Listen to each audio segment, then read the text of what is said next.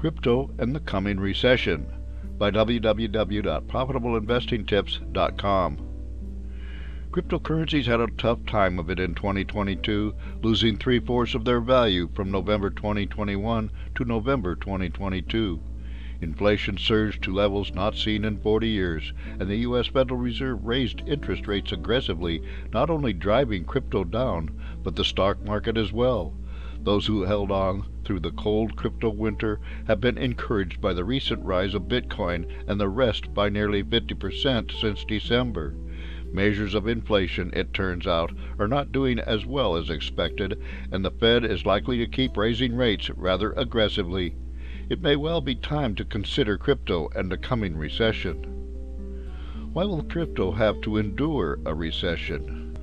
Unfortunately for crypto enthusiasts, much of the recent crypto price surge seems to have been based on the assumption that the Federal Reserve was making headway fighting inflation and would not be raising interest rates so aggressively in 2023. Something that became clear as crypto prices fell throughout 2022 is that Bitcoin and other cryptocurrencies trade up and down in concert with the Nasdaq stock market. The only times when there is a variation in this routine have been when there is a shock to the crypto world as another crypto exchange goes bankrupt or more charges of fraud emerge after a crypto collapse. When a recession hits full force, the stock market goes down, and as it turns out, so will cryptocurrencies. Is a recession a sure thing for the crypto world? When inflation is eating away at the value of the dollar and people's savings, the U.S. Federal Reserve acts according to its mandate to bring inflation down.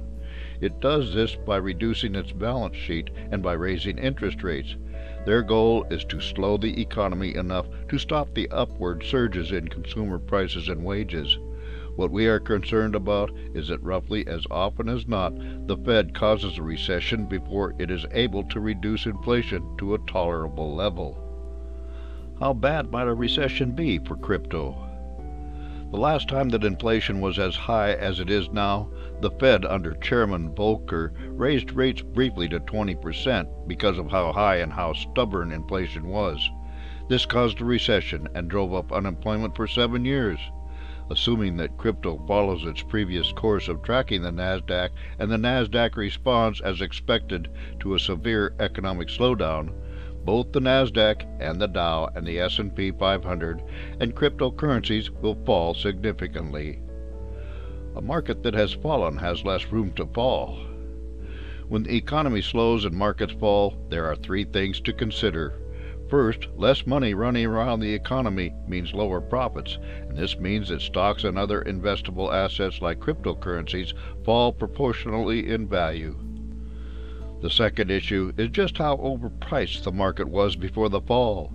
After the financial crisis, the Federal Reserve lowered interest rates to near zero. This drove investments always from things like U.S. Treasuries and corporate bonds and into stocks. Low interest rates helped reduce the cost of doing business, and corporate profits soared. While the big tech companies that comprise most of the value of the Nasdaq rose beyond their fundamental long-term value, so did cryptocurrencies.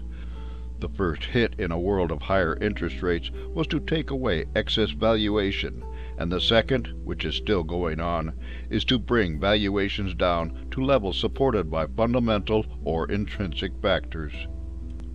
The third factor that drives prices of stocks, cryptocurrencies, foreign exchange, real estate, and the rest is market sentiment.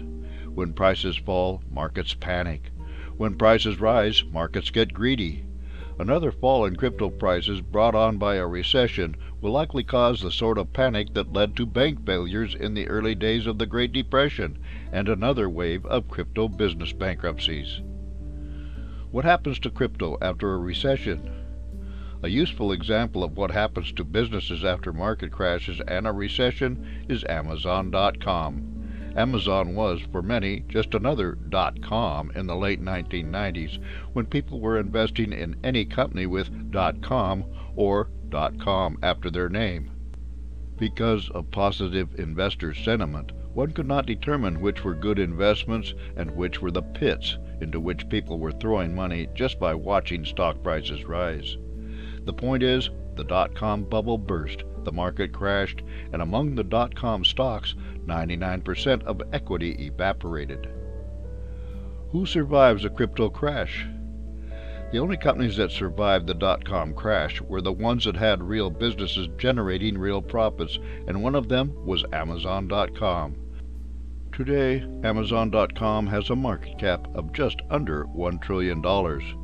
When we apply this thinking to the crypto world, we look for companies that can make money in NFTs, the metaverse, decentralized finance, and other blockchain applications like gaming. Those are likely the ones that will emulate Amazon.com in the years ahead.